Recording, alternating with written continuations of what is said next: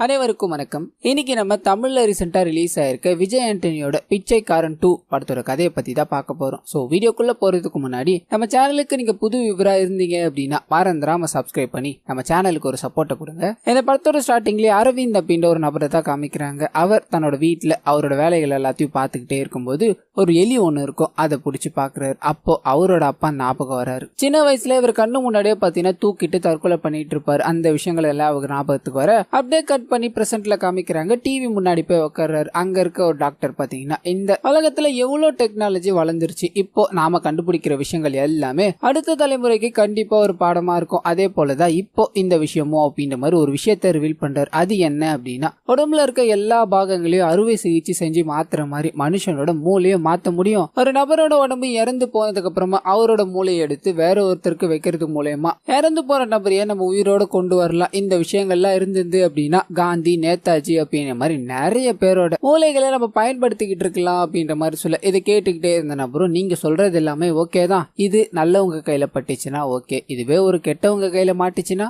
அது எப்படிப்பட்ட விளைவுகளை கொடுக்கணும் உங்களுக்கு தெரியுமான்னு கேட்க அவரும் எதுவுமே சொல்லாம எல்லாத்துலயும் நல்லது கெட்டது அது எல்லாமே இருக்கு, எங்களோட ஆராய்ச்சி அரசாங்கம் அப்ரூவ் பண்றவரையும் இது தொடர்ந்துகிட்டே தான் இருக்கும்னு சொல்ல இந்த விஷயங்கள் எல்லாத்தையும் இந்த அரவிந்த் பாத்துட்டாரு இல்லையா. ஏதோ ஒரு யோசனை இவருக்குள்ள அப்படியே கட் பண்ணி மூளை அறுவை சிகிச்சை பண்ணணும் அப்படின்ற மாதிரி டிவில பேசிட்டு இருந்தா இல்லையா. அந்த டாக்டரை பாத்தீங்கன்னா இவர் துபாய்க்கு தூக்கிட்டு வந்துட்டார். அவர்கிட்ட சில விஷயங்கள் எல்லாத்தையும் பேசி நீங்க சொல்லியிருந்தீங்க இல்லையா அந்த மூளை அறுவை சிகிச்சை அதை ஒருத்தருக்கு பண்ணியாகணும், அந்த நபரை நான் இப்ப உங்களுக்கு காட்ட போறேன்னு கூட்டு போய் காட்டுறாரு. யாருன்னு பாத்தீங்கன்னா இந்தியன் பணக்கார லிஸ்ட்லயே 7வது நபரா இருக்க விஜய் அப்படின்றவர் தான். அது அவர் கீழே தான் பாத்தீங்கன்னா இந்த அரவிந்த் வேலை செஞ்சுட்டு இருப்பாரு. அவரை அடிச்சு இந்த மாதிரி மயக்க நிலையில இருக்கும்போது அவருக்கு தேவையான எல்லாத்தையும் பண்ணிக்கிட்டு இருக்காங்க. அப்படியே கட் பண்ணி இந்த சம்பவம் எப்படி நடந்தது அப்படின்றத காமிக்கிறாங்க. இவருக்கு பாத்தீங்கன்னா ஒரு அழகான கேர்ள் ஃபிரெண்ட் இருப்பாங்க. இவரோட கம்பெனில தான் செக்ரட்டரியா வேலை செய்யறவங்க. அவங்க கூட அழகா ஒரு பாட்டு பாடி அவரோட காதல் வாழ்க்கையை சந்தோஷமா என்ஜாய் பண்ணிக்கிட்டே இருக்கும்போது அப்படியே கட் பண்ணி தமிழ்நாட்டை காமிக்கிறாங்க. தமிழ்நாட்டுல எலெக்ஷன் அப்படின்றதுனால போலீஸ்காரங்க எல்லாருமே பணப்புழக்கத்தை கட்டுப்படுத்தணும், ஓட்டுக்கு பணம் வாங்குறத தடை செய்யணும் அப்படின்ற மாதிரி பரபரப்பா வேலை செஞ்சுக்கிட்டே இருக்காங்க. அப்போ ஆளுங்கட்சி முதலமைச்சர் பாத்தீங்கன்னா இந்த பணப்பட்டுவாடா பண்ணி ஜெயிச்சு ஆகணும், அதுக்கான பணத்தை ரெடி பண்ணணும் அப்படின்ற மாதிரி உட்காந்துக்கிட்டு இருக்காரு. இவருக்கு பணங்கள் எல்லாமே எங்க இருந்து வந்ததுன்னா ஹீரோவான விஜய் அப்படின்ற மாதிரி காமிச்சாங்க இல்லையா. அவர்கிட்ட இருந்து 5000 கோடி வரலையும் பாத்தீங்கன்னா இவருக்கு தரணும் அப்படின்ற மாதிரி பேச்சுவார்த்தை இருந்திருக்கும். ஆனா இவருக்கு ரிசீவ் ஆகிக்கிறது வெறும் 4000 கோடி மட்டும்தான். இதனால 1000 கோடி எங்க போச்சுன்னு இவர் விஜய்க்கே போன் அடிச்சு 4000 கோடி தான் வந்திருக்கு, 1000 கோடி என்னாச்சுன்னு கேட்க விஜய்க்கு தெரிஞ்சு போச்சு நமக்கு கீழே வேலை செய்யறவங்க தான் எவனோ வேலையை பார்த்துட்டான் அப்படின்ற விஷயம். இதனால போனை வச்சுட்டு அங்க இருக்கிறவங்க கிட்ட விசாரிக்க அங்கதான் பாத்தீங்கன்னா அரவிந்த் இருப்பாரு. நாங்க 5000 கோடி தான் கொடுத்தோம், 1000 கோடி ஒரு பிரச்சனைனால தடைப்பட்டு போச்சு, அது ஒன்னும் பிரச்சனை இல்லை அப்படின்ற மாதிரி பேசி சமாளிக்க அப்படியே ஹீரோவை பார்த்து மறைச்சுக்கிட்டே இருக்காரு. கட் பண்ணி அன்னைக்கு நைட்டு இவர் கூட பாத்தீங்கன்னா ஒரு 3 பேர் இருப்பாங்க. ஹீரோவோட ஃபேமிலி டாக்டர் ஒருத்தரும் இன்னொருத்தர் ஹீரோ கூடவே இருக்கிற நபர். இதுக்கு மேலேயும் அவனை விட்டு வச்சோம் அப்படின்னா நிறைய பிரச்சனைகளை நம்ம சந்திக்க வேண்டியிருக்கும். என்கிட்ட ஒரு பிளான் இருக்கு, நான் ஒரு டாக்டரை கன்சிடர் பண்ண ஒரு 140 கோடி கொடுத்தோம் அப்படின்னா மூளை அறுவை சிகிச்சை நாம இவனுக்கு பண்ணிடலாம். அதுக்கப்புறம் அந்த மூளையில நமக்கு தேவையானவனா வச்சு நம்ம எல்லாத்தையும் சாதிச்சுக்கலாம். வர்ற ப்ராஃபிட்ல அதாவது அவனோட சொத்து மதிப்புல 50% எனக்கு, உங்க 2 பேருக்கு 25 எடுத்துக்கோங்கன்னு சொல்ல முதல்ல அவங்க நம்ப வேலை. ஆனா அதுக்கப்புறமா இவ்வளோ ஷேர்ஸ் வருது இல்லையா. இதனால இவர் சொல்றதுக்கு ஒத்துக்கிறாங்க. ஆனா இதுல இருக்கக்கூடிய பிரச்சனைகள் என்னென்ன அப்படின்னா இதே மாதிரி பிளட் குரூப் இருக்க ஒரு ஆளை தேடணும், அந்த செல்கள் எல்லாமே மேட்ச் ஆகுற மாதிரி இருக்கணும், அப்படி ஒரு ஆளை தேடணும், அப்படி இருக்கிறவனால மட்டும்தான் நம்ம பிரெயினை மாத்த முடியும் அப்படின்ற மாதிரி சொல்ல அதுக்கான ஆளை தேடி அலையணும் அப்படின்ற மாதிரி ஒரு நபரை அனுப்பி விட்டுறாங்க. ஆனா அதே சமயத்துல இந்த சைடு இந்த அறுவை சிகிச்சை பண்ணணும் அப்படின்னா இந்தியால இருந்து விஜய துபாய்க்கு வர வைக்கணும், அது அவ்வளவு சாதாரண விஷயமே கிடையாது. இதுக்கு ஏதாவது ஒரு வழி பண்ணணும் அப்படின்ற மாதிரி விஜயோட அப்பா இருப்பார், வயசான அப்பா, உடம்புக்கு முடியாம இருப்பார். அவரை பாத்தீங்கன்னா இவர் அதாவது அரவிந்த் அவர் பாத்தீங்கன்னா விஜயோட அப்பாவை போட்டு தள்ளிட்டாரு. இந்த விஷயம் விஜய்க்கு தெரிய வர வந்து பார்த்த உடனே அங்க இருக்கிற டாக்டரும் அவருக்கு உடம்பு முடியாம போயிடுச்சு, நாங்க எவ்வளவோ முயற்சி பண்ணோம், காப்பாத்த முடியலன்னு சொல்ல இவர் பயங்கர அப்செட் ஆயிட்டார். தன்னோட அப்பா இறந்து போனதை வெளியே சொல்லலாம் அப்படின்ற மாதிரி முடிவெடுக்க பின்னாடி அரவிந்த் வந்து இந்த விஷயத்த சொல்ல வேணாம், துபாயில ஒரு 40,000 கோடி கிட்ட பிசினஸ் இருக்கு, இந்த சமயத்துல உன்னோட அப்பா இறந்து போயிட்டாரு அப்படின்ற விஷயம் வெளியே தெரிய வந்தது அப்படின்னா எல்லாமே கொலாப்ஸ் ஆயிடும், அந்த பிசினஸ முதல்ல முடிப்போம், அதுக்கு துபாய் கிளம்பி போகணும், அதுக்கப்புறம் இந்த விஷயங்கள் எல்லாத்தையும் பார்த்து போன்னு சொல்ல கரெக்டா அந்த இடத்துக்கு ஹீரோயின் வராங்க. நடந்த இந்த சம்பவங்கள் எல்லாத்தையும் கேள்விப்பட்டு இந்த விஷயத்த மறைக்க கூடாது, இதை நம்ம தெரியப்படுத்தி ஆகணும், நீங்க பண்றது எல்லாமே தப்பு அப்படின்ற மாதிரி ஹீரோ கிட்ட பேசிக்கிட்டே இருக்கும்போது ஒரு கட்டத்துல அவர் கடுப்பாய் இந்த விஷயத்த மறைச்சுதான் ஆகணும் அப்படின்ற மாதிரி அவங்களை அடிச்சிட்டு இதனால அவங்க சண்டை போட்டுட்டு அங்க இருந்து கிளம்பிடுறாங்க. அண்ட் இன்னொரு சைடு கட் பண்ணா சென்னையில இருக்க ஒரு ஹாஸ்பிட்டல்ல காமிக்கிறாங்க. சத்யா அப்படின்ற ஒரு நபர் பாத்தீங்கன்னா தலையில அடிபட்டு இருக்குன்றதுக்காக ஒரு டாக்டர் கிட்ட போக அந்த டாக்டர் பார்த்த உடனே ஒரு தொழிலதிபர் விஜய் மாதிரி இருக்காரு அப்படின்றத தெரிஞ்சுக்கிறாரு. இதனால அந்த விஜய் கீழே இருக்காரு இல்லையா டாக்டர், அதாவது விஜய்க்கு எதிராக செயல்படுறாரு, அவருக்கு போன் அடிச்சு நடந்த விஷயங்கள் எல்லாத்தையும் சொல்ல அவரும் டெஸ்ட் எல்லாத்தையும் எடுத்து பாரு, சாம்பிள்ஸ் எல்லாமே கரெக்டா இருக்கான்னு செக் பண்ணிக்கோன்னு சொல்ல இந்த சத்யாவை கூப்பிடுறாங்க. உனக்கு எந்த பிரச்சனையும் இல்லப்பா, முன்னெச்சரிக்கையா எல்லாத்தையும் எடுத்து வச்சுப்போம், ஸ்கேன்ஸுக்கு ஒத்துழைச்சா மட்டும் போதும் அப்படின்னு மாதிரி கூட்டு போய் எல்லாத்தையும் பண்ணி முடிக்க அந்த தொழிலதிபரோட பிளட் குரூப்பும் இவரோட பிளட் குரூப்பும் அண்ட் மற்ற விஷயங்கள் எல்லாமே சேமா இருக்கு அப்படின்ற விஷயத்த கண்டுபிடிக்கிறாங்க. இப்போ உடனே அவனை தூக்கிட்டு வரணும் இல்லையா, அதுக்காக பிளான போட்டு அவர் நைட்டு தூங்கிக்கிட்டே இருக்கும்போது, அதாவது தெருவுல தான் தூங்கிட்டு இருப்பாரு, அப்ப கரெக்டா ஸ்கெட்ச போட்டு அவரை யாருக்கும் தெரியாம கடத்திட்டுறாங்க. அண்ட் இன்னொரு சைடு கட் பண்ணா துபாயில இருக்க இவங்க எல்லாரையும் காமிக்கிறாங்க. இப்போ டோனர் ரெடி ஆயிடுச்சு இல்லையா, இப்போ அந்த விஜய் வர வச்சு மூளையை மாத்தணும் அப்படின்றது லேசுப்பட்ட காரியம் இல்ல. இதனால இந்த அரவிந்த் பாத்தீங்கன்னா விஜய் கிட்ட பேசிக்கிட்டே இருக்கும்போது லைட்டா சண்டை இழுக்கிறாரு. அந்த சண்டையோட முடிவுல ரெண்டு பேருக்கும் கை கலப்பாய் விஜய பாத்தீங்கன்னா ஒரு அடிச்சு போட்டுட்டாரு. அந்த இடத்துல மயக்கமாயிட்டாரு. அப்படியே கட் பண்ணி கருத்துட்டு வந்த பிச்சைக்காரன் ஒரு பக்கம் ரெண்டு பேரையும் வச்சிடுறாங்க. இப்போ மூளை மாற்று அறுவை சிகிச்சை பண்ணி ஆகணும் இல்லையா, இதனால டாக்டரை கூப்பிட்டு டாக்டரும் நிறைய விஷயங்களை ஏதோ பண்ணிக்கிட்டே இருக்காரு. ஒரு கட்டத்துல இந்த அறுவை சிகிச்சை பாத்தீங்கன்னா சக்சஸ்ஃபுல்லா முடியுது. அது இவங்க தூக்கிட்டு வந்தாங்க இல்லையா சத்யா, அவர் பாத்தீங்கன்னா ஒரு பிச்சைக்காரரா தான் இருப்பாரு. இப்போ பிச்சைக்காரனோட உடம்புல அந்த பணக்காரனோட மூளையும் இந்த பணக்காரனோட உடம்புல அந்த பிச்சைக்கார மூளையும் ரீப்ளேஸ் பண்ணிடுறாங்க. இப்போ நமக்கு தேவையானது எல்லாமே அந்த பணக்காரனோட உடம்பும் பிச்சைக்காரனோட மூளையும் மட்டும்தான் இல்லையா, இதனால அதை பத்திரப்படுத்தி வைக்கணும் அப்படின்ற மாதிரி முடிவு பண்றாங்க. ஒரு 30 நாள் அவர் இங்கே ஆகணும், அதுக்கப்புறமா தான் கொஞ்சம் கொஞ்சமா சுயநினைவுக்கு வருவார் அப்படின்ற மாதிரி டாக்டர் சொல்ல அந்த சமயம் பார்த்து சரி நீங்க தூக்கிட்டு வந்தீங்க இல்லையா, அவன் யாருப்பா, ஏதாவது பிரச்சனை வருமானு கேட்க அந்த பிரச்சனையும் வராது டாக்டர், அவன் ஒரு பிச்சைக்காரன் தான் டாக்டர் அப்படின்ற மாதிரி சொல்ல அந்த உடம்ப காமிக்கிறாங்க. பிச்சைக்காரனோட உடம்புக்குள்ள அந்த பணக்காரனோட மூளை இருக்கு இல்லையா, அந்த டெட் பாடி எடுத்துட்டு போய் தூரமா தூக்கி போட்டுடுறாங்க. அவரு இறந்து போயிட்டாரு. அந்த பிச்சைக்காரனோட கையில பாத்தீங்கன்னா ராணி பாப்பா அப்படின்ற மாதிரி ஒரு டாட்டூ குத்தி இருப்போம். அந்த டாட்டூவை நமக்கு காமிச்சு அப்படியே கட் பண்ணி இது பிச்சைக்காரனோட லைஃப் ஸ்டைல் எப்படி இருந்தது, எதனால அவன் இந்த மாதிரியான அப்படின்ற விஷயத்த காமிக்கிறாங்க. இவருக்கு உலகமா இருக்கிறது எல்லாமே பாத்தீங்கன்னா இவரோட தங்கச்சி மட்டும்தான். சின்ன வயசுலயே அப்பா அம்மா ரெண்டு பேரும் ஆக்சிடென்ட்ல இறந்து போயிட்டு இருப்பாங்க. சொந்த பந்தங்கள் யாருமே உதவி பண்ணாததால இவங்க வீட்டை விட்டு வெளியேறாங்க. பிச்சை எடுத்து சாப்பிடக்கூடிய நிலைமை உருவாகுது. என்னதான் பிச்சை எடுத்தாலும் தான் தங்கச்சியை கண்ணும் கருத்துமா பாத்துக்கணும் அப்படின்ற மாதிரி தான் இந்த சத்யா எப்பயுமே இருப்பாரு. அண்ட் ஒரு நாள் தன்னோட தங்கச்சி கூட பாத்தீங்கன்னா ஒரு ரோட்டு சைடு படுத்துக்கிட்டு இருப்போம். அப்போ ஒரு நபர் வந்து இவங்க தங்கச்சி கிட்ட தப்பா நடந்துக்க முயற்சி பண்ண இவன் கல் எடுத்து அந்த நபர் அடிக்கணும் அப்படின்ற மாதிரி போவா. அப்ப வயசான நபர் ஒருத்தர் வந்து இந்த உலகத்துல வாழ்றது ரொம்ப கஷ்டம்பா, அதுவும் பெண் குழந்தைகளை வச்சுக்கிட்டு வாழ்றது கஷ்டம், நீ உன் தங்கச்சியை வச்சு என்னப்பா பண்ண போற, உனக்கு யாராவது இருக்காங்களான்னு கேட்க இல்லன்றார். அப்படியே கட் பண்ணி இதுக்கு அடுத்த நாள் ஒரு இடத்துக்கு கூட்டு போறாரு. இது ஆசிரமம் தம்பி, இங்க கைவிடப்பட்ட எல்லாரையுமே காப்பாத்துவாங்க, உனக்கு படிக்கணும்னு ஆசை இருந்தா நல்லா படிப்பா அப்படின்ற மாதிரி சொல்லி சேர்த்து விட்டு போக அவர் போன கொஞ்ச நேரத்திலே பாத்தீங்கன்னா இவரோட தங்கச்சி கிட்ட இருந்து இவரை பிரிக்கிறாங்க. இங்க பெண்கள் எல்லாருமே தனியா தான் இருக்கணும், நீ ஒன்னும் கவலைப்படாத, உன் தங்கச்சி நல்லா படிச்சு நல்ல பொண்ணா அவ, நீ வேற இடத்துக்கு போகணும்பான்னு சொல்ல பிரிய மனமே இல்லாம ரெண்டு பேரும் பிரிஞ்சிடுறாங்க. ஆனா அன்னைக்கு நைட்டு கட் பண்ணி இவர் தனியா படுத்துக்கிட்டே இருக்கும்போது கூட இருக்க பசங்க எல்லாருமே இவர் கூட பேச்சு கொடுக்கறாங்க. ஆனா அப்பதான் தெரிய வருது இந்த இடம் ஒரு பயங்கரமான இடம்,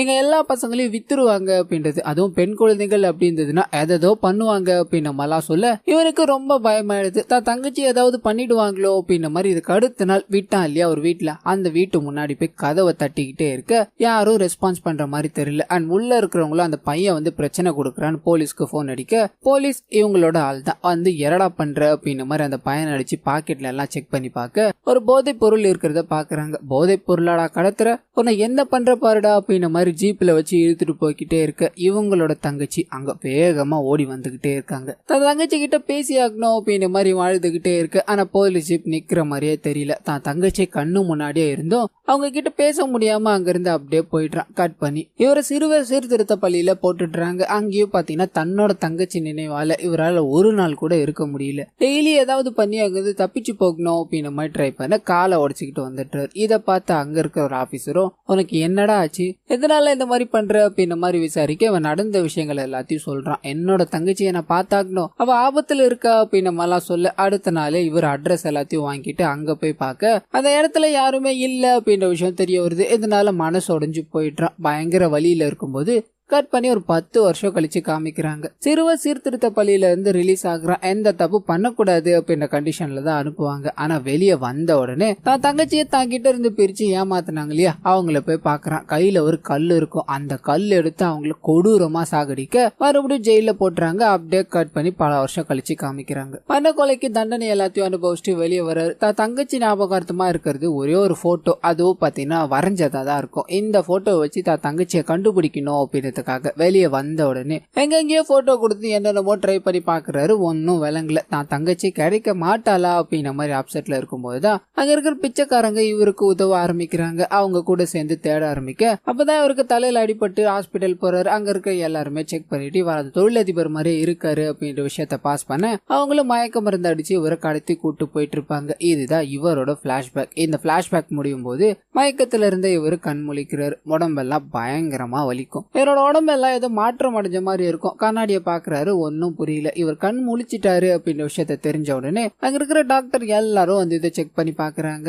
இந்த விஷயம் பாத்தீங்கன்னா அந்த அரவிந்துக்கும் தெரிய வருது. இப்ப போனோம் அப்படின்னா வேற மாதிரி ஆயிடும், கொஞ்ச நேரம் வெயிட் பண்ணுவோம் அப்படின்ற மாதிரி அவருக்கு டெஸ்டிங் எடுக்கிற எல்லாத்தையும் வெளியில பாக்குறாரு. உனக்கு ஏதாவது ஞாபகம் இருக்காப்பான்னு கேட்க இவருக்கு ஒன்னும் ஞாபகம் இல்ல. இதை தெரிஞ்சதும் அந்த அரவிந்த் பாத்தீங்கன்னா இவரை வந்து சந்திக்கிறாரு. அதுல எந்த சைடு இருக்க இவரும் பாத்தீங்கன்னா இது என்னோட உடம்பே கிடையாது, என்னோட உடம்புல நிறைய மாற்றங்கள் ஏற்பட்டிருக்கு, நீங்க எல்லாம் யாரு அப்படின்ற மாதிரி கேட்டு பழைய நினைவுகள் கொஞ்சம் கொஞ்சமா, அதாவது அவர் படுத்துக்கிட்டு இருந்தார் இல்லையா, தூங்கிட்டு இருக்கும்போது கடத்திட்டு வந்தாங்களே, அந்த விஷயங்கள் எல்லாத்தையும் சொல்லிக்கிட்டே இருக்க நீங்க எல்லாத்தையும் நிப்பாட்டுங்க, இப்ப இங்க என்ன நடந்திருக்கு நான் எக்ஸ்பிளைன் பண்றேன்ற மாதிரி அரவிந்த் எல்லா விஷயங்களையும் சொல்றாரு. இதுக்கு மேல நீ தான் இந்த உடம்புல இருக்க போற, இதனால பிச்சைக்கார வாழ்க்கையை தானே வாழ்ந்த, இதுக்கு மேல பணக்கார வாழ்க்கையை வாழ்ந்துக்கோ, நாங்க சொல்றது எல்லாத்தையும் நீ பண்ணி கொடுத்த அப்படின்னா உனக்கு எந்த பிரச்சனையும் இருக்காதுன்னு சிம்பாலிக்கா இவரை மிரட்டுறாரு. ஆனா அப்பதான் இவரும் இந்த மாதிரி நான் பிச்சை எடுக்கணும் அப்படின்ற நோக்கம்லாம் எனக்கு கிடையாது, நான் என்னோட தங்கச்சியை தேடிக்கிட்டு இருந்தேன், நான் அவளை சின்ன வயசுல தொலைச்சிட்டேன், இதனால ஜெயில இருந்ததால இப்பதான் அந்த வாய்ப்பு கிடைச்சிச்சு அப்படின்னு நம்மளாம் சொல்ல இது இவங்களுக்கு பயங்கர ஷாக்கா இருக்கு. ஏன்னா ஒரு பிச்சைக்காரன் எந்த பிரச்சனையும் வராது அப்படின்ற மாதிரி தான் இது எல்லாத்தையும் இம்ப்ளிமெண்ட் பண்ணியிருக்காங்க. இப்போ இவன் ஒரு கொலைகாரன் ஜெயில இருக்கா அப்படின்ற விஷயங்கள் எல்லாத்தையும் தெரிஞ்ச உடனே இவங்களுக்கு பயங்கர அப்செட். இதனால பிளான் கொலாப்ஸ் ஆயிடுமோ அப்படின்ற மாதிரி யோசிச்சுக்கிட்டே இருக்கும்போது தான் அந்த அரவிந்த் கூட இருக்கவர் பாத்தீங்கன்னா ஒரு ஐடியா கொடுக்குறாரு. இதுக்கு மேல நம்ம பின்வாங்க முடியாது, அவன் பிச்சைக்காரன் தான் இல்லையா, பணங்களை அவ்வளவா பாத்திருக்க மாட்டான், அவனுக்கு பண ஆசையை தூண்டுவோம், ஆனா அது மூலமா நம்ம காரியங்கள் எல்லாத்தையும் சாதிச்சுக்கிட்டு அப்புறம் அவனை போட்டு தள்ளிடுவோம்னு சொல்லி அப்படியே கட் பண்ணி ஒரு பணக்கார வாழ்க்கை எப்படி இருக்கும் அப்படின்றத காமிக்கிறாங்க. ஆனா அது கூடவே பாத்தீங்கன்னா இதுக்கு முன்னாடி இந்த உடம்புல இருந்தவன் இந்த விஷயங்கள் எல்லாத்தையும் பண்ணிக்கிட்டு இருந்தான், இது எல்லாத்தையும் நீ கத்துக்கிட்டு தான் ஆகணும் அப்படின்ற மாதிரி ஒன்னா மிரட்டி சொல்லி கொடுக்க ஆரம்பிக்கிறாங்க. அப்படியே கட் பண்ணி விஜயோட அப்பா இறந்து போனதை மறைச்சு வச்சிருந்தாங்க இல்லையா, அந்த விஷயம் தெரிய வருது. ஒரு பெரிய மல்டி மில்லியனர் இறந்து போயிட்டாரு அப்படின்ற மாதிரி எல்லாருக்கும் தகவல் போக இந்த சமயம் பார்த்து இவர், அதாவது விஜய் உடம்புக்குள்ள இருக்க அந்த பிச்சைக்காரர் இருக்கா இல்லையா, அவர் வந்துதான் ஆகணும் இல்லையா, அதனால இந்தியா கூட்டு வராங்க. வர்றதுக்கு முன்னாடி எந்த விஷயமா இருந்தாலும் சரி எங்களை கேட்காம எதுவும் பண்ணக்கூடாது, அண்ட் விஜயோட கேர்ள் ஃபிரெண்ட் கண்டிப்பா உன்னை பார்த்தாலே கண்டுபிடிச்சிருவா, இதனால அவர்கிட்ட பேசுறதையே அவாய்ட் பண்ணுன்னு சொல்ல போன உடனே ஹீரோயின் பாத்தீங்கன்னா அவர்கிட்ட பேசணும் அப்படின்ற மாதிரி போறாங்க. ஆனா இவர் பேசாம போக பின்னாடி இருக்க அரவிந்தும் துபாயில கொஞ்சம் அப்செட் ஆயிட்டாரு, ஒன்னும் பிரச்சனை இல்லை, நாட்கள் போனா சரி ஆயிடுவாரு அப்படின்ற மாதிரி சொல்ல, ஆனா இந்த விஷயம் ஹீரோயினுக்கு ஒரு மாதிரி உறுத்தலாவே இருக்கு. ஆனா அப்படியே கட் பண்ணி விஜயோட அப்பா பக்கத்துல போக அங்க பெரிய பெரிய ஆளுங்க எல்லாம் வந்திருப்பாங்க, அவங்க யார்கிட்ட பேசியிருக்க மாட்டாங்க, என்ன பிரச்சனை இருந்தாலும் இந்த அரவிந்த சரி பண்ணிக்கிறார். அண்ட் இன்னொரு சைடு கட் பண்ணா ஒரு போலீஸ்காரரை பாத்தீங்கன்னா காமிக்கிறாங்க, பார்க்கவே பயங்கரமா இருப்பார். அவரை தேடி ஒரு பொண்ணு உதவிக்காக வந்திருக்க, அந்த பொண்ணு கிட்ட உனக்கு பண தேவை இருக்கு அப்படின்ற மாதிரி எனக்கு தெரியும், உன்னோட அப்பா ஆபரேஷனுக்காக இதை வச்சுக்கோ, நீ எனக்கு ஒரு காரியம் பண்ணணும் அப்படின்ற மாதிரி அந்த பொண்ணை ப்ராஸ்டியூஷன்ல இறக்க முயற்சி பண்றாரு. அண்ட் இன்னொரு சைடு கட் பண்ணா கார்ல வந்துகிட்டே இருக்க ஹீரோவை காட்டுறாங்க. இங்க நடக்கிற விஷயங்கள் எல்லாமே தப்பா இருக்கு, இதுக்கும் மேலேயும் முடியாது, இங்க இருந்து தப்பிக்கிறது தான் ஒரே வழி அப்படின்ற மாதிரி யாருக்கும் தெரியாம கார்ல இருந்து இறங்கி கச்சிஃபால மூஞ்ச கவர் பண்ணிட்டு அங்க இருந்து வேகமா ஓட ஆரம்பிக்கிறாரு. இந்த விஷயம் அரவிந்துக்கு தெரிய வர அவ எங்க போனாலும் புடிங்கடா அப்படின்ற மாதிரி ஆளுங்களை அனுப்பி விடுறாரு. இன்னொரு சைடு ஹீரோவை காட்டுறாங்க, அவர் வேகமா ஓடி போய் போலீஸ் ஸ்டேஷனுக்கு போறாரு. அங்க இருக்கிறவங்க கிட்ட ஒரு முக்கியமான விஷயம் பேசணும்னு சொல்ல அவங்களும் வந்திருக்கிறது மல்டி மில்லியனர், அதுவும் நம்ம ஸ்டேஷனுக்கு வந்திருக்காரு அப்படின்ற மாதிரி மேல இடத்துக்கெல்லாம் தகவல் சொல்ல ஒரு போலீஸ்காரர் வந்து நிக்கிறாரு, கூப்பிட்டு உட்கார வச்சு பேசுறாரு. சார் நான் இங்க வந்திருக்கிறதுக்கான காரணமே வேற, ஏன் உடம்பு இது இல்ல சார், தெளிவா புரிய வைக்கணும் அப்படின்னா என்னோட மூளையை எடுத்து மல்டி மில்லியனரான விஜயோட உடம்புல வச்சுட்டாங்க. அந்த உடம்பு தான் இது. எனக்கு அவருக்கு எந்த சம்மந்தமும் இல்ல சார். நான் என்னோட காணாம போன தங்கச்சியை தேடிக்கிட்டு இருக்கேன் அப்படின்னு மலா சொல்ல எதிரில் உட்கார்ந்து இருக்கவருக்கு தலையே சுத்தி போயிருது. என்ன சார், என்ன சரக்கு அடிச்சிங்க, என்ன சார் ஏதேதோ பேசிக்கிட்டு இருக்கீங்கன்னு சொல்ல அப்பதான் இவருக்கு ஒரு போன் வருது. உன் முன்னாடி உட்காந்துக்கிட்டு இருக்கா இல்லையா மல்டி மில்லியனர், அவர் கொஞ்ச நாளைக்கு முன்னாடி தலையில அடிபட்டுருச்சு, அதனாலதான் இந்த மாதிரி எல்லாம் பேசிக்கிட்டு இருக்காரு. நீ அவர் சொல்ற எதையும் கண்டுக்காதப்பா, நீ அவர் அங்கிருந்து அனுப்பி வை அப்படின்ற மாதிரி சொல்ல இவரு எதுவுமே பேசாம முதல்ல நீங்க இருந்து கிளம்புங்க சார் அப்படின்ற மாதிரி அனுப்பி வைக்க அதே சமயம் பார்த்து அரவிந்த் அங்க கரெக்டா வந்துடுறாரு. பத்திரிகையாளர்கள் எல்லாம் சூழ்ந்துடுறாங்க. இவர் இங்க என்ன பண்ணிக்கிட்டு இருக்காரு அப்படின்னு நம்ம எல்லாம் கேட்க அரவிந்த் அவங்க எல்லாரையும் அவாய்ட் பண்ணி வீட்டுக்கு கூட்டு போறாரு. ஹீரோவை கட்டி போட்டு செம்மடி அடிக்கிறாரு. இந்த விஷயங்கள் எல்லாத்தையும் நான் பண்ணி கொடுத்துருக்கேன், நீ எங்க எல்லாரையும் மாட்டி விட்டுட்டு எஸ்கேப் ஆகலான்னு பாக்குறியாடா அப்படின்ற மாதிரி போட்டு செம்ம அடி, தோலே கிழிஞ்சு போயிருது. அந்த அளவுக்கு அடிச்சு போட்டுட்டு வெளியில அவங்க ஆளுங்களோட ஒரு மீட்டிங்கை போட்டுக்கிட்டு இருக்காரு. இன்னைக்கு ஒரு முக்கியமான இடத்துக்கு கூட்டு போனோம், மொத்த சொத்தையும் வாங்கியிருக்கலாம், அதுக்குள்ள அவன் ஓடி போயிட்டான், இதுக்கு மேல என்ன பண்ண போறோமோ அப்படின்ற மாதிரி இந்த அரவிந்தும் பேசிக்கிட்டே இருக்க கூட இருக்க எல்லாருமே நம்ம போட்டு தள்ளிடலாமான்னு கேக்குறாங்க. போட்டு தள்ளிட்டோம் அப்படின்னா கண்டிப்பா நாம தான் மாட்டுவோம். என்னடா பேசிக்கிட்டு இருக்கீங்க நீங்க, முதல்ல அவன் எந்த கண்டிஷன்ல இருக்கான்னு போய் பாருங்கன்னு சொல்ல முதல்ல டாக்டர் போறாரு. டாக்டரும் என்ன ஆச்சுன்னு தொடலான்னு போக உள்ள அடி வாங்கிட்டே இருந்த ஹீரோ பாத்தீங்கன்னா செம்ம கடுப்புல இருந்திருப்பாரு. வந்து தொட்ட உடனே ஒரு பஞ்சு பொத்துன்னு கீழே விழுறாரு. அண்ட் இந்த சத்தத்தை கேட்டு அங்க இருக்கிற 2 பேரும் ஓடி வர அந்த 2 பேர் கூடயுமே பாத்தீங்கன்னா ஹீரோ சண்டை போட ஆரம்பிக்கிறது. தன்னை வச்சு மிரட்டினாங்க இல்லையா, அந்த கண்ணை எடுத்து அந்த 3 பேரையும், அதாவது மொத்தமா இருக்காங்களே அரவிந்தோட சேர்த்து அந்த 3 பேரையும் கொடூரமான முறையில கொலை பண்ணிட்டு அண்ட் இவங்களோட டெட் பாடி கிடைக்க கூடாது அப்படின்றதுக்காக எல்லாத்தையும் ஒரு கவர்ல கட்டி போட்ல எடுத்துட்டு போய் கடல்ல தூக்கி போட்டுட்டாரு. அண்ட் இந்த எல்லா விஷயங்களையும் பண்ணிட்டு இந்த வாழ்க்கை எனக்கு சுத்தமா வேணாம், என்னோட தங்கச்சி எங்க இருக்கா அப்படின்றத நீ தான் எனக்கு கண்ணில் காட்டணும், எங்க இருக்கிற எதுவுமே எனக்கு வேணாம் அப்படின்ற மாதிரி கிளம்பிட்டார். அண்ட் இன்னொரு சைடு கட் பண்ணி ஒரு பிச்சைக்காரரை காட்டுறாங்க. அவர் தான் உண்டு தான் வேலை உண்டு அப்படின்ற மாதிரி பிச்சை எடுத்துக்கிட்டே இருக்க அவரை யாரோ ஃபாலோ பண்றாங்க. யாரா இருக்கும் இவரு திரும்பி பார்க்க அங்க இருக்கிறது யாருன்னு பாத்தீங்கன்னா ஹீரோ தான். இவரும் போய் நான் சத்யாவோட ஃப்ரெண்டு அப்படின்ற மாதிரி இன்ட்ரோ ஆக்கிட்டு இந்த கும்பல்ல சேர்ந்துக்கிறாரு. அன்னைக்கு நைட்டு அங்க படுத்து தூங்கிக்கிட்டே இருக்கும்போது ஒரு ரவுடி கும்பல் பாத்தீங்கன்னா அங்க இருக்கிற ஒரு பொண்ணு கிட்ட தப்பா நடந்துக்கணும் அப்படின்ற மாதிரி முயற்சி பண்றாங்க. இவர் அந்த இடத்துக்கு போய் அங்க இருக்கிற எல்லாரையும் காப்பாத்தி விட அப்படியே கட் பண்ணி இதுக்கு அடுத்த நாள் காமிக்கிறாங்க. ஒரு பொண்ணு கிட்ட பணத்தை கொடுத்து அனுப்புனார் இல்லையா ஒரு போலீஸ்காரர், அந்த பொண்ணு பாத்தீங்கன்னா கொடூரமான முறையில கற்பழிக்கப்பட்டு இறந்து கிடக்குறாங்க அப்படின்ற விஷயம் தெரிய வருது. அவங்க இந்த கும்பல சேர்ந்தவங்க தான் அப்படின்ற மாதிரி தெரிய வர எல்லாரும் ஓடி போய் பாக்குறாங்க. ஹீரோவும் அதை போய் பாக்குறாரு. இந்த பொண்ணை பாத்தீங்கன்னா அவர் ஏற்கனவே, அதாவது வேற உடம்புல இருந்தார் இல்லையா பிச்சைக்கார உடம்புல, அப்பயே பாத்திருப்பாரு. இதனால தான் தங்கச்சி மாதிரியே இருக்காங்க அப்படின்ற மாதிரி கதறி அழுதுகிட்டே இருக்கும்போது அந்த பொண்ணுக்கு பணம் கொடுத்து அனுப்பினா இல்லையா அந்த போலீஸ் அங்க வரான். நடந்த விஷயங்கள் எல்லாத்தையும் பார்த்துட்டு இதுக்கு காரணமானவங்களை தனியா கூப்பிடுறான். என்னடா பண்ணி வச்சிருக்கீங்க, இப்படி கொலை பண்ணி போட்டா நான் எப்படா கேஸை முடிக்கிறது, இதை எதையாவது பண்ணி க்ளோஸ் பண்ணணுமே அப்படின்ற மாதிரி பேசிக்கிட்டே இருக்கும்போது ஒரு அரசியல்வாதி பாத்தீங்கன்னா போன் அடிக்கிறாரு. நடந்தது நடந்து போச்சு, இந்த கேஸை ஏதாவது போட்டு முடிச்சு விடியான்னு சொல்ல அந்த சமயம்னு பார்த்து ஹீரோவோட என்ட்ரி. உண்மைகள்லாம் இவருக்கு தெரியும் இல்லையா, இதனால முகத்தை மூடிக்கிட்டு அங்க இருக்கிற எல்லாரையும் பாத்தீங்கன்னா போட்டு சர்ற மாதிரி அடிக்கிறாரு. இன்ஸ்பெக்டர் முத கொண்டு அவரே அடிச்சு நாக் அவுட் பண்ண அண்ட் இவனுங்க தான் கெடுத்தாங்க அப்படின்ற வீடியோ ஆதாரத்தோட பாத்தீங்கன்னா இதுக்கு அடுத்த நாள் போலீஸ் ஸ்டேஷன்ல சரணடைகிற மாதிரி காமிக்கிறாங்க. ஆனா இவங்களை யாரு அடிச்சு போட்டாங்க அப்படின்றது தெரியாது.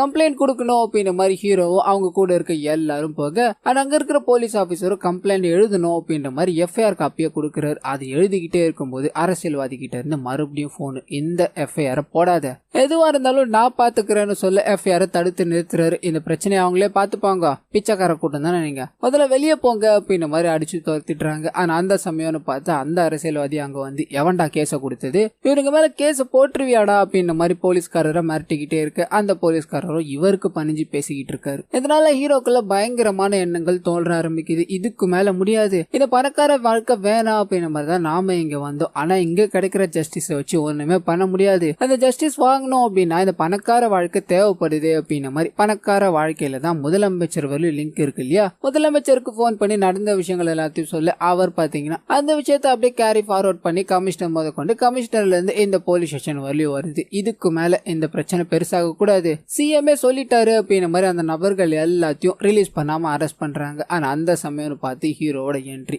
எல்லாருக்கும் ஜஸ்டிஸ் ஒண்ணுதான், ஏழைக்கு ஒண்ணு பணக்காரருக்கு ஒண்ணு கிடையாது அப்படின்ற மாதிரி சொல்லிட்டு ஏழையா இருக்கிற வழியும் ஒண்ணும் பண்ண முடியாது, அந்த பணக்கார வாழ்க்கையை வச்சு இந்த ஏழைக்கு ஏதாவது பண்ணணும் அப்படின்ற மாதிரி முடிவு பண்ணி அந்த பணக்கார வாழ்க்கையை மறுபடியும் தேர்ந்தெடுக்கிறாரு. இதோட முதல் வேலையா அவங்க அப்பாவோட அசிஸ்டன்ட் ஒருத்தர் இருப்பாரு, அவரை கூப்பிட்டு கம்பெனி போர்ட் மீட்டிங் ஒண்ணு நடத்தணும், இருக்கிற எல்லாரையும் கூப்பிடுங்கன்னு சொல்ல அப்படியே கட் பண்ணி இவர் ஹீரோயினுக்கு போன் அடிக்கிற மாதிரி காமிக்கிறாரு. இவங்களும் செக்ரட்டரி தான் இல்லையா, இங்க வந்தாகணும் அப்படின்றதுக்காக எனக்கு தலையில அடிப்பட்டதால கொஞ்சம் விஷயங்கள் எல்லாம் எனக்கு அப்செட்டா இருந்தது. அதனாலதான் உங்ககிட்ட அந்த மாதிரி நடந்துகிட்டேன். நீ நாளைக்கு நடக்க போற மீட்டிங்க்கு கண்டிப்பா வரணும், முக்கியமான விஷயத்த ஷேர் பண்ண வேண்டி இருக்குன்னு சொல்ல அப்படியே கட் பண்ணி போர்ட் மீட்டிங்ல காமிக்கிறாங்க. இவரும் பேச ஆரம்பிக்கிறார். ஒரு மனுஷனுக்கு சராசரி வாழ்க்கையில தேவைப்படுறது எல்லாமே பணம் தான். குறைஞ்சது ஒரு 80 லட்சம் இருந்தது அப்படின்னா மனுஷனோட வாழ்க்கையை வாழ்ந்து முடிச்சிருவான். ஆனா எங்க கிட்ட இருக்கிறது இப்ப பல லட்சம் கோடி. அதை வச்சு என்னால எந்த வயசு சொல்லி வாழ முடியும் தெரியுமா? மிஞ்சி மிஞ்சி போனா 60 இல்ல 70 வரலையும் தான். இந்த பணத்தை வச்சுக்கிட்டு என்னால ஒண்ணுமே பண்ண முடியாது.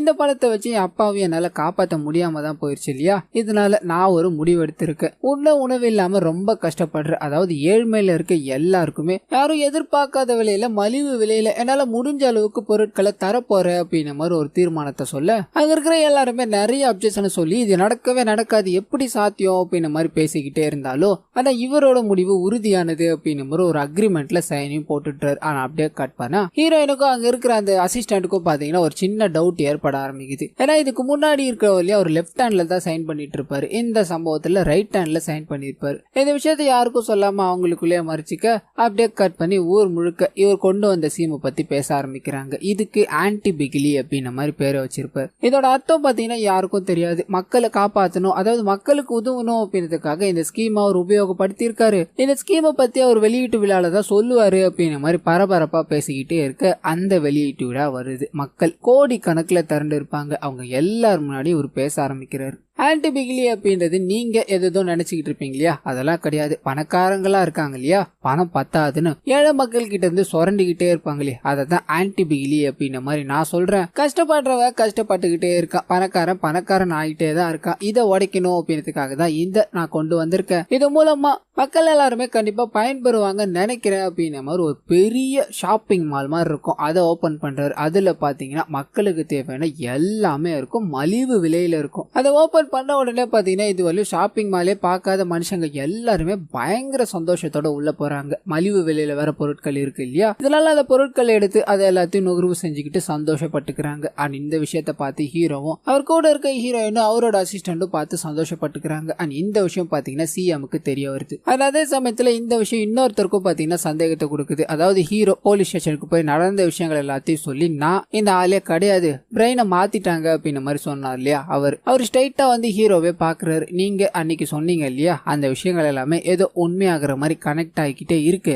அந்த பிச்சைக்கார சத்யாவா நீங்க ஏன் இருக்கக்கூடாது அப்படின்னு மல்லா கேட்க இந்த வாட்டி இவர் உஷாராயிடுறாரு. அன்னைக்கு ஏதோ நான் தலைவலியில அந்த மாதிரி பேசிட்டேன், அந்த மாதிரி எல்லாம் ஒன்னும் இல்ல, ஏதாவது பிரச்சனைனா நான் சொல்லி அனுப்புறேன், முதல்ல நீங்க இருந்து கிளம்பலாம் அப்படின்ற மாதிரி சொல்ல ஆனா இவர் போற மாதிரி தெரியல. அவங்க கூடவே இருந்த அந்த 3 பேரையும் காணோம். அங்க எனக்கும் நிறைய கடன் பிரச்சனை எல்லாம் இருக்கு, அதெல்லாம் பார்த்து விட்டீங்கன்னா நல்லா இருக்கும்னு சொல்ல இவர் இதுக்கு எந்த பதிலும் சொல்ல முதல்ல இங்க இருந்து கிளம்புங்க அப்படின்னு மாதிரி அனுப்பி விட்டுட்டாரு. அண்ட் இன்னொரு சைடு காட் பண்ணா ஒரு ஏரோப்ளைன் பாத்தீங்கன்னா விபத்துக்குள்ளாயி தண்ணிக்குள்ள விழுந்துருது. அதுவும் எங்க அப்படின்னு பாத்தீங்கன்னா ஹீரோ 3 பேரை கொண்டு தண்ணியில தூக்கி போட்டார் இல்லையா, அந்த இடத்துலதான். விமானம் விபத்துக்குள்ளானதால அந்த இடத்த செக் பண்ணி பார்க்கும்போது இந்த 3 டெட் பாடியை கண்டுபிடிக்கிறாங்க. அதை ஐடென்டிஃபை பண்ணி பார்க்கும்போது அந்த பணக்காரரோட கூட இருந்த 3 பேர் தான் இறந்து போயிருக்காங்க அப்படின்ற மாதிரி விஷயம் வெளியில தெரிய ஆரம்பிக்குது. இதனால ஹீரோ பாத்தீங்கன்னா அவங்களுக்கு அஞ்சலி செலுத்தணும் அப்படின்ற மாதிரி ஒரு மீட்டிங் ஏற்பாடு பண்ண அந்த சமயம் பார்த்து முதலமைச்சர் அங்க வராரு. ஆனா அந்த போலீஸ்காரரும் முதலமைச்சர் கிட்ட போய் எல்லா விஷயங்களையும் சொல்ல முதலமைச்சரும் நீ பண்ற விஷயங்கள் எல்லாம் எனக்கு தெரியும், நம்ம வேணா ஒரு டீல் போட்டுக்கலாம், உன் மேல இருக்க எல்லா சொத்தையும் எனக்கு எழுதி வச்சிரு, பிரச்சனை சரியா போயிடும் சொல்ல ஹீரோ முடியாதுன்றார். அதையும் தாண்டி என் கூட ஒரு போலீஸ்காரன் இருக்கா இல்லையா, அவனை போட்டு தள்ளிடலாம், இந்த விஷயம் நமக்குள்ளே போயிட்டோம், நம்ம 2 பேரும் பாதி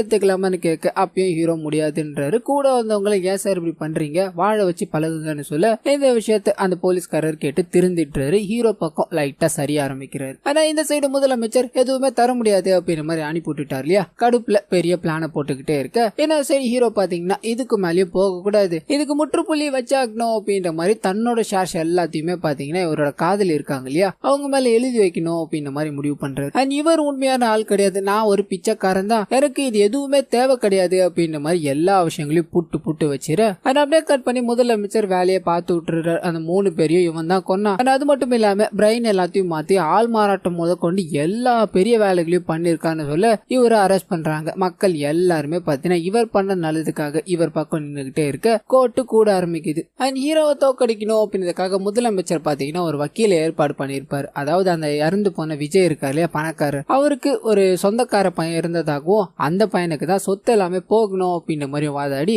அந்த சொத்துக்கள் எல்லாத்தையும் முதலமைச்சர் எடுத்துக்கலாம் அப்படின்றதுதான் பிளான். இதனால முதலமைச்சர் சார்பில் இருக்க வக்கீலும் சர மாதிரியா கேள்வி எழுப்பிக்கிட்டே இருக்கு. ஒரு கட்டத்துல ஹீரோ பாத்தீங்கன்னா அழுதுகிட்டே உண்மை எல்லாத்தையும் ஒத்துக்கிறாரு. அந்த கொலை எல்லாத்தையும் பண்ணது நான் தான், நான் வெறும் பிச்சைக்காரன் மட்டும்தான், இந்த உடம்பு என்னது இல்ல அப்படின்ற மாதிரி இந்த வித்தியாசமான கேஸ் நடந்த உண்மைகளோட ஒத்துக்கிறார். அண்ட் கோர்ட்ல இருக்க எல்லாருமே இவருக்கு தான் சப்போர்ட். ஏன்னா இவர் மக்களுக்கு பயங்கர உதவிகளை பண்றாரு இல்லையா. அந்த ஆன்டி பிகிலி திட்டத்தால பல கோடி மக்கள் பயனடைஞ்சிருக்காங்க. இதனால அந்த ஆன்டி பிகிலி திட்டத்தை மட்டும் கேன்சல் பண்ண வேணாம் அப்படின்னு மாதிரி ஹீரோ எவ்வளவு ரிக்வெஸ்ட் வைக்க, ஆனா எதிர்த்தரப்புல இருக்க வக்கீல் விடுற மாதிரி தெரியல. சொத்தே வருது இல்ல, இவர் எப்படி அந்த திட்டங்கள் எல்லாத்தையும் வைக்க முடியும், அது எல்லாத்தையும் ரத்து பண்ணணும் அப்படின்னு மாதிரி பேசிக்கிட்டே இருக்கும்போது அப்போ அங்க ஒரு ட்விஸ்ட். ஹீரோயின் இருக்காங்க இல்லையா, அவங்க ஒரு டாக்குமெண்டோட வராங்க. என்னோட வயத்துல விஜய் குருமூர்த்தியோட வளருது, அதாவது மூளை மாற்றம் பண்ணாங்க இல்லையா, இவனை இல்லாம உண்மையான விஜய் குருமூர்த்தி அவரோட வாரிசு தான் வளருது, அதனால சொத்துக்கள் எல்லாமே எனக்கு உரிமை இருக்கு அப்படின்ற மாதிரி நான் வாதாடலாம் இல்லையா, அதுக்காக தான் வந்திருக்கேன் அப்படின்ற மாதிரி பேசி சொத்துக்கள் எல்லாத்தையும் பாத்தீங்கன்னா இவங்க பக்கம் வர மாதிரி வாக்கிடுறாங்க. அண்ட் இதனால இவங்க பாத்தீங்கன்னா அந்த ஆன்டி பிகிலி திட்டத்தை தடை செய்ய மாட்டேன் அப்படின்ற மாதிரி சொல்லிடுறாங்க. ஏன்னா இவங்களுக்குள்ளயும் நல்ல எண்ணம் தான் இருக்கும். அண்ட் ஹீரோவை பாரஸ் பண்ணி கூட்டு போகணும் அப்படின்ற மாதிரி எல்லாம் ரெடி ஆகிட்டே இருக்கும்போது